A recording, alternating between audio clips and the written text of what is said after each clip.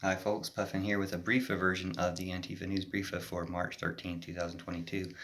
No oil means no war. We get rid of oil, we get rid of the military-industrial complex, and we get rid of war entirely. Now, we can really see an example of this right now because the oil powers in America, the right wing, have also been the war powers. They're always for war, and they're against Venezuela and Iran, for instance.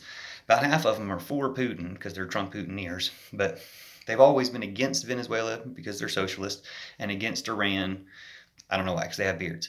But they're against them, and their being against them is going to be shown to be hypocritical or wrong or unhelpful at this time, because you got to be more against Russia and Putin. We got to ban Russian gas, which we did, but you got to make up for it by buying more Venezuelan and Iranian gas, so giving them money. And the problem is, people who want to whine about that don't have anything to whine about, because Venezuela's not invading anybody, threatening nuclear holocaust, committing a genocide, and Iran's not threatening anybody threatening to commit nuclear holocaust or a genocide.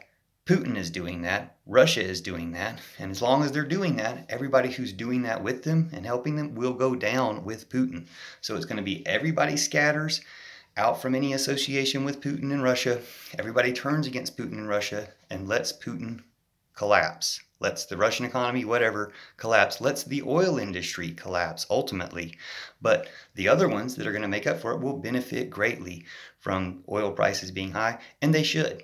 But if we let, Iran have nuclear weapons or nuclear power, they might have nuclear weapons by now, but would they be threatening to use them like Putin is? All the effort we put into keeping Iran from getting nuclear weapons should have been put into keeping America and Russia and other countries from having nuclear weapons. If we'd gotten rid of all nuclear weapons, there wouldn't be this standard that everybody was trying to race towards the bottom of having the worst destructive capability in human history.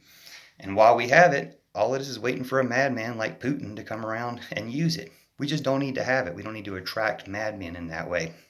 But if Iran, Ukraine, other countries had progressed into green energy instead, pioneered that instead of trying to do one of these archaic energies, they'd be leading the world right now. And whoever wants to do that will be leading the world. And the people who are trying to hold us back will be holding each other back. So there's no argument against using the oil from Venezuela or Iran or any other country besides Russia, because nothing anybody else is doing compares to the evil Putin is doing.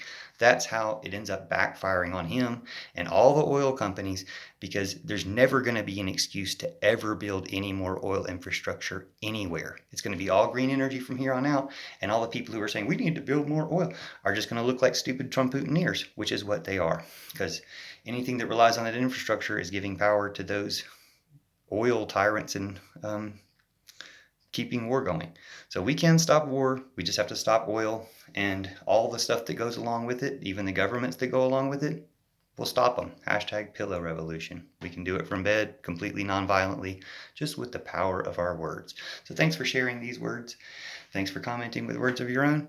Love you forever. See you soon. And let's end tyranny, evil, and oppression, and make the world safe for peace and harmony and happiness and green energy. Thank you.